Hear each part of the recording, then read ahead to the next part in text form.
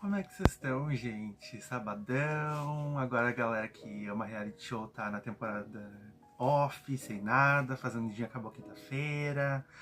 Como eu tinha prometido, tô trazendo meu vídeo de análise da temporada.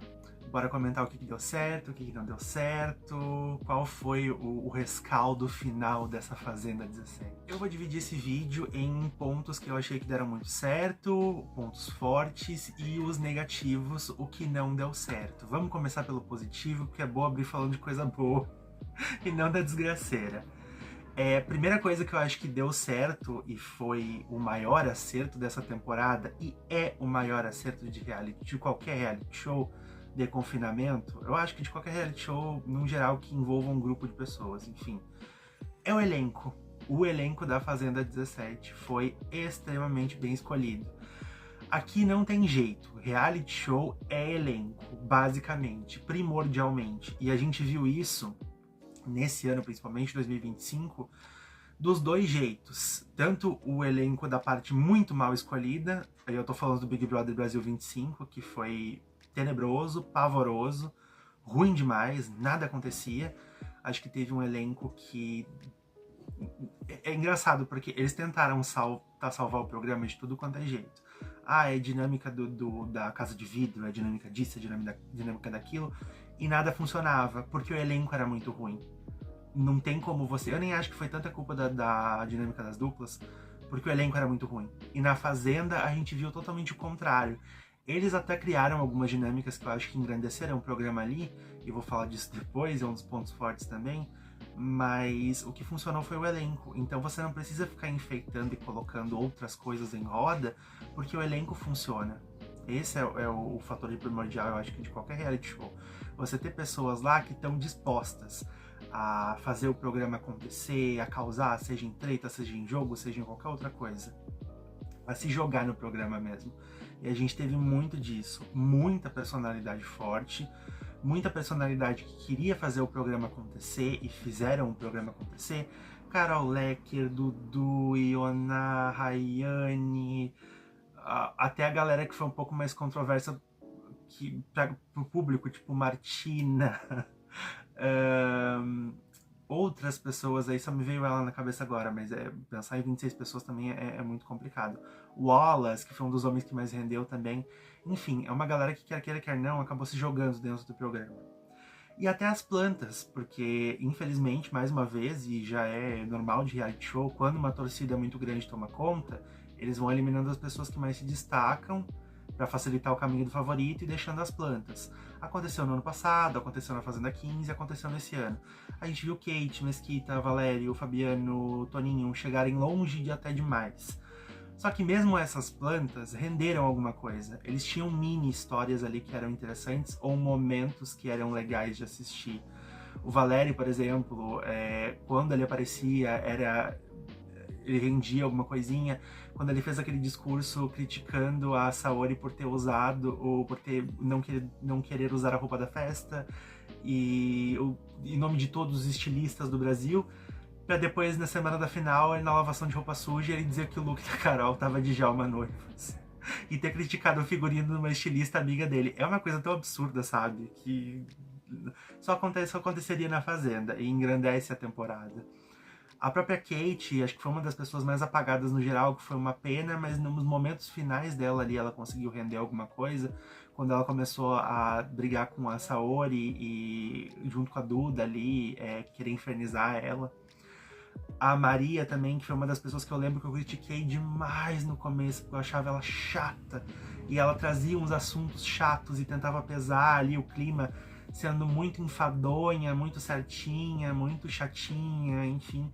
E depois, nas últimas 2 semanas dela, eu acho que ela deu uma crescida. As brigas com a Carol, quando ela brigou com a Tamires, apareceu um pouco mais pro jogo. Até porque a tendência, quando ficam mais pessoas, menos pessoas, na verdade, quando o programa vai se aproximando do final, você depende daquelas pessoas, eles aparecem mais. Só que aí, tanto eles podem aparecer pro jogo, quanto podem continuar sendo grandes plantas que não vão mostrar muito e vão deixar a reta final chata. Um beijo pra Daniela Hipólito, nesse sentido que a gente teve esse exemplo no Big Brother. Mesmo com menos pessoas dentro da casa, continuou aquele marasmo. Mas na Fazenda, mesmo os grandes coadjuvantes apareceram. Carol Lecker e a Saori deram um palco pro Mesquita e ele acabou aparecendo no final, pra bem ou pra mal, gosto ou não. Então acho que todo esse panorama de um elenco muito bem escolhido, com pessoas que estavam dispostas, foi o primordial, o principal para essa temporada ser um grande êxito, um baita sucesso de repercussão como foi, e até de audiência, porque chegou a ficar na frente da Globo várias vezes. Outro ponto que eu achei muito positivo foi o começo da ordem de eliminação, que geralmente em reality show, principalmente quando a gente tem uma torcida que sequestra o programa e de um favorito, que manda e desmanda no que acontece nas eliminações do programa, geralmente é um problema, porque eles eliminam as pessoas que causam para facilitar a trajetória do favorito, a gente perde gente interessante e o programa começa a morrer. Aqui a gente deu sorte que o Dudu teve favoritismo dele lá desde a primeira semana, só que eu acho que as roças, o jeito que as roças foram formadas ali, bateu essa torcida votante, a vontade deles bateu com o que era bom acontecer pro programa. Até porque o próprio Dudu tava numa linha no começo do programa que eu queria que ele tivesse mantido. Infelizmente não manteve, mas enfim, que era de tirar as plantas para fazer o programa acontecer. Então as primeiras eliminações, tirando ali a da Gabi, um pouco a do Nizam, que também podia ter rendido mais, mas não chegaram a comprometer o programa, foram muito interessantes. A gente teve Renata saindo, não acho que ia render muito, chorava demais, não era uma vibe legal. O Gui, planta total. O próprio Fernando, que obviamente é uma pessoa que rendia muito, só que eu acho que como a gente já tinha até em excesso pessoas que rendiam muito lá dentro, a presença dele acabava nos fazendo necessária.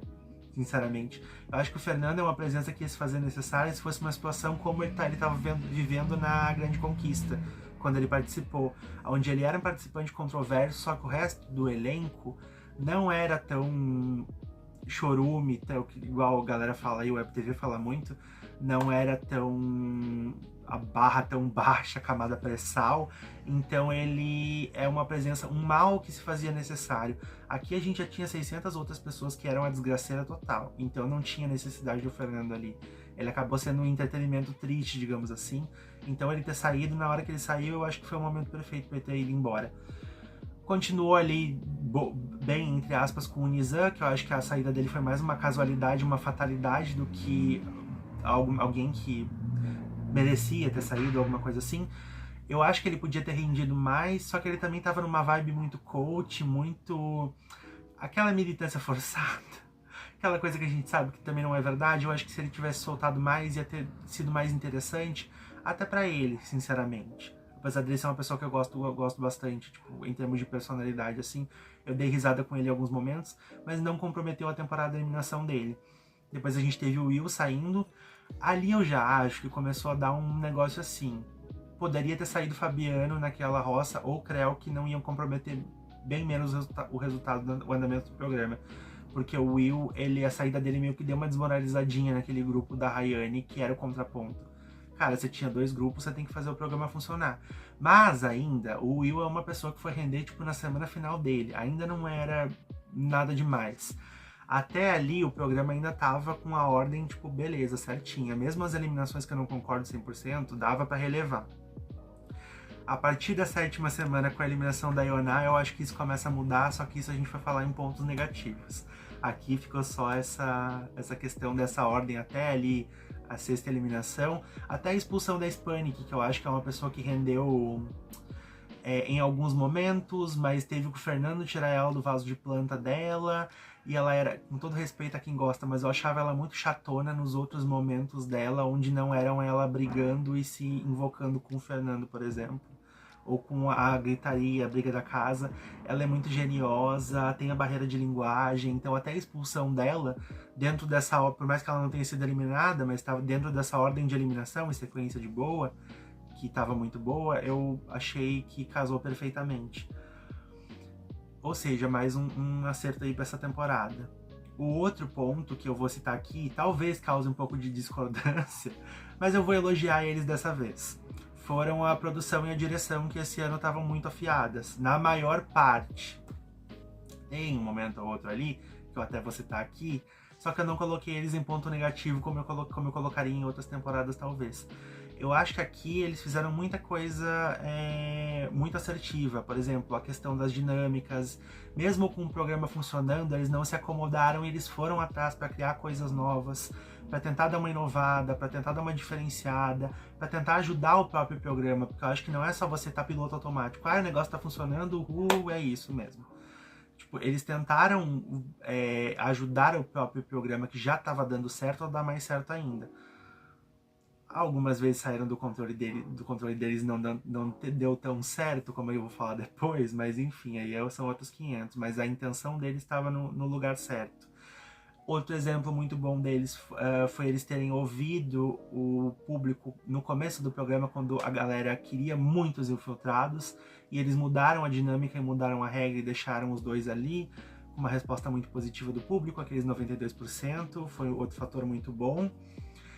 Tem a questão das expulsões, só que nesse fator eu vou dar uma passada de pano para eles, porque você perder Carol Lecker na altura onde ela deveria ter sido expulsa, você perder uma Martina, que quer queira, quer não, por mais que a galera não goste aqui fora, ou tenha algum ranço, etc e tal. Naquela época do programa a gente ia ter perdido muito se ela tivesse sido expulsa ali. Outras pessoas, tipo, aquela briga da Martina e da Tamires, se poderia ter sido uma expulsão dupla ou não, porque jogou spray aerosol na cara da outra, enfim. Muita coisa teria se perdido ali se eles não tivessem mantido, até porque a gente sabe que regra na Fazenda é uma coisa que não é linear, não é absoluta. O próprio Carelli chega a toda entrevista no começo do ano e fala que tudo é uma questão de contexto.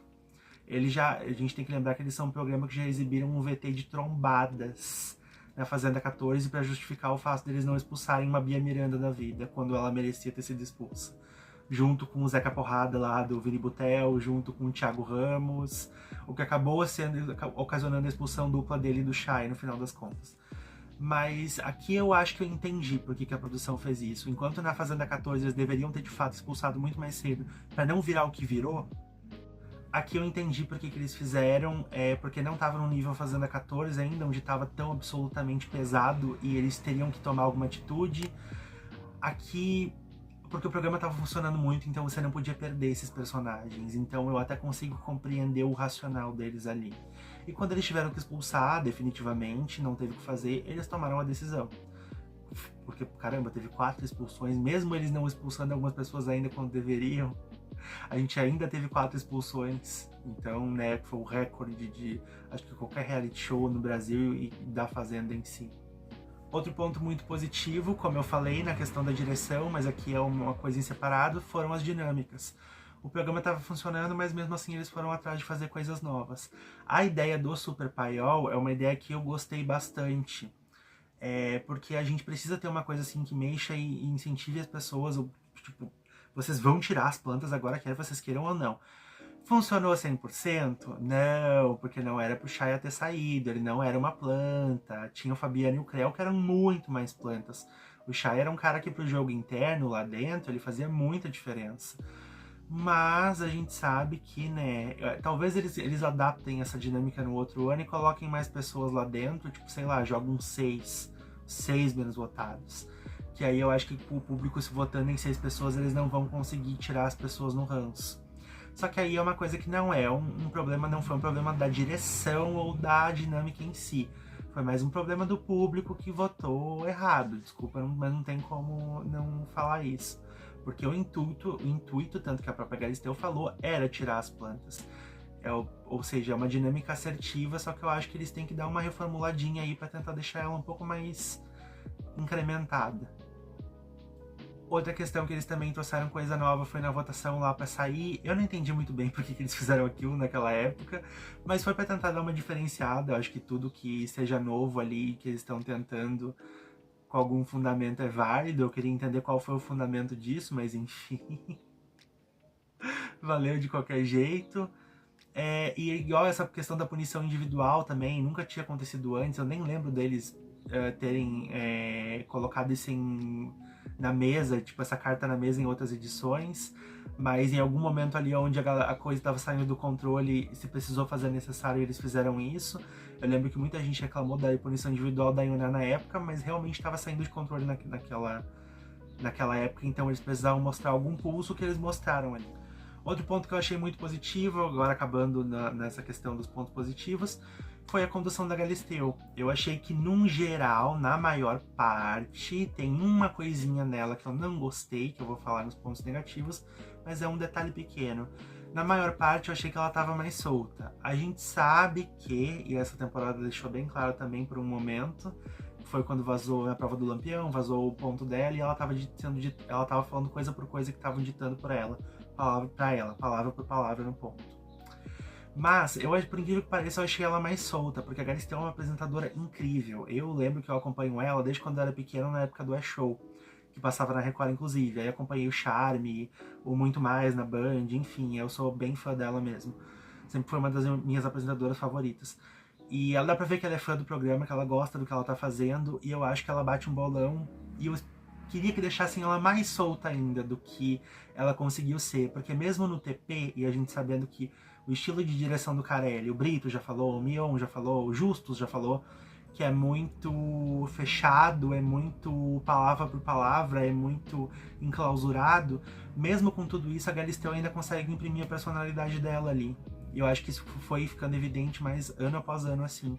E sendo essa apresentadora que gosta do programa e a gente consegue sentir isso, e ela estando mais solta, ela teve muito bem na condução. Por exemplo, aquele Zero que deram pra ela lá no questão que eu não gostei da reação dela ao Zero. Achei que ela passou um pouco, mas não concordei com a crítica da jornalista lá do Globo, que dá o 0 ao 10, que ficou no lugar da Patrícia Kogut, eu não lembro o nome da moça agora, desculpa, mas enfim.